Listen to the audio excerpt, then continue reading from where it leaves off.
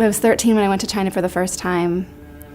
Then I went there for study abroad when I was in university, and then during that period of time is when I felt kind of a draw towards the west of China, starting to learn more about minorities in China, and especially Tibetan and Muslim minorities and some of their needs.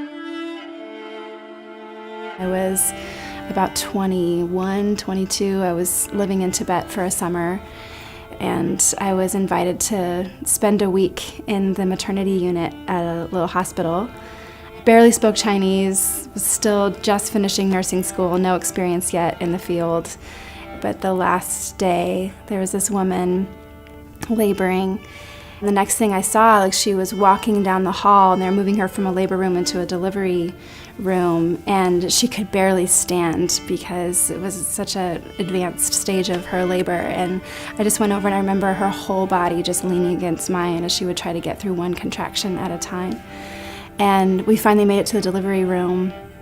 Someone came in and put a Doppler on her belly, and it was like the baby's heart rate was just really, really, really too low. And I didn't know a whole lot. I hadn't had any experience in the field, but I knew that it wasn't good. And a few contractions later, the baby comes out totally blue, totally limp, not responsive, cord wrapped tight around her neck twice. And they brought her over to this table and started just kind of looking at her, flicking her feet. And there was just sort of this reticence in the room, just kind of well, it's just too bad, And I'm just sitting there kind of do something about this. And just I can't speak the language, but I'm just pounding on the table oxygen, oxygen.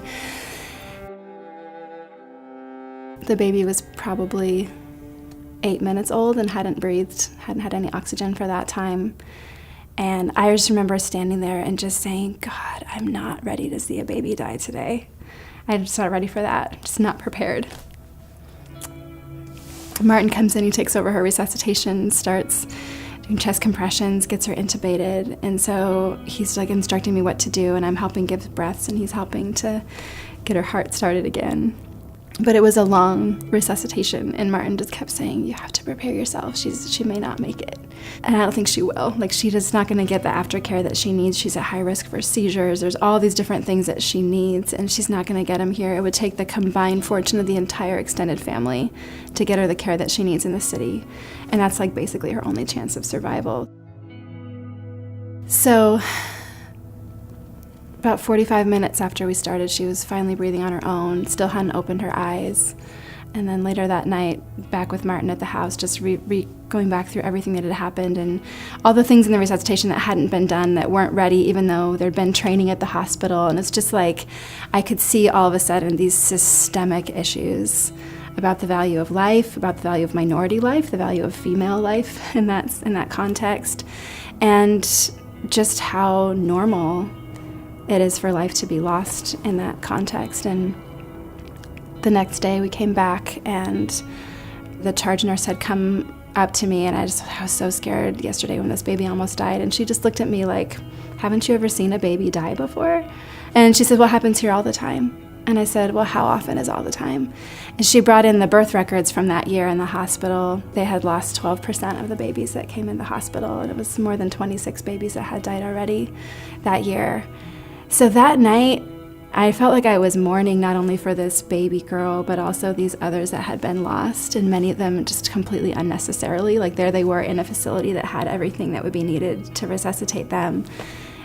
So I just realized I'm going to need more than an RN degree to be able to really affect any change in this context, whether in China or somewhere else. So I felt like God was calling me to become a midwife, and I was like, okay, I'm in, I want to help. It was cool because 2 years later, I moved back to that area and stayed for 18 months and studied the language and all that stuff. And I remember I'd been there for a couple months, and I got a phone call from Marie, this doctor's wife who lived in the city, and she said, hey, do you remember that baby from 2 years ago? I was like, yeah. I replayed her birth in my head many times a day for a long time. It was a little bit of PTSD, actually. She's like, I think I know where she is, and do you want to go with me to find her? She has some cerebral palsy, some deficits from her birth, having gone that long without oxygen, but she's the most joyful beautiful girl, and her family loves her so much. And when we saw them, they just broke down weeping, and they were like, we've been looking for you for 2.5 years to thank you for saving our baby and to thank Martin for saving our baby's life. She's 9 years old now. Actually, she's probably 10 at this point, and getting to kind of watch her grow up and be a part of the family and see the outcome. Yeah, she changed my life. It's been really beautiful over the years as I've been walking out this journey into midwifery. I feel like one of the first times that I ever felt like I received like a name from God, it was just the name friend. And that he just said, I want you to be willing to just be my friend. Like, that's it. Forget about all the other stuff, all the other pressure that you could feel to perform or to produce, a certain result or whatever. Would you just be willing to be my friend in places where I don't have many, So for me, being Jesus-centered in my work is just really walking out that name of being his friend first, and then a midwife second. And more and more I understand how my title as midwife is also the name that he calls me too. So those two kind of identities together, being a friend and being a midwife, but being like his midwife.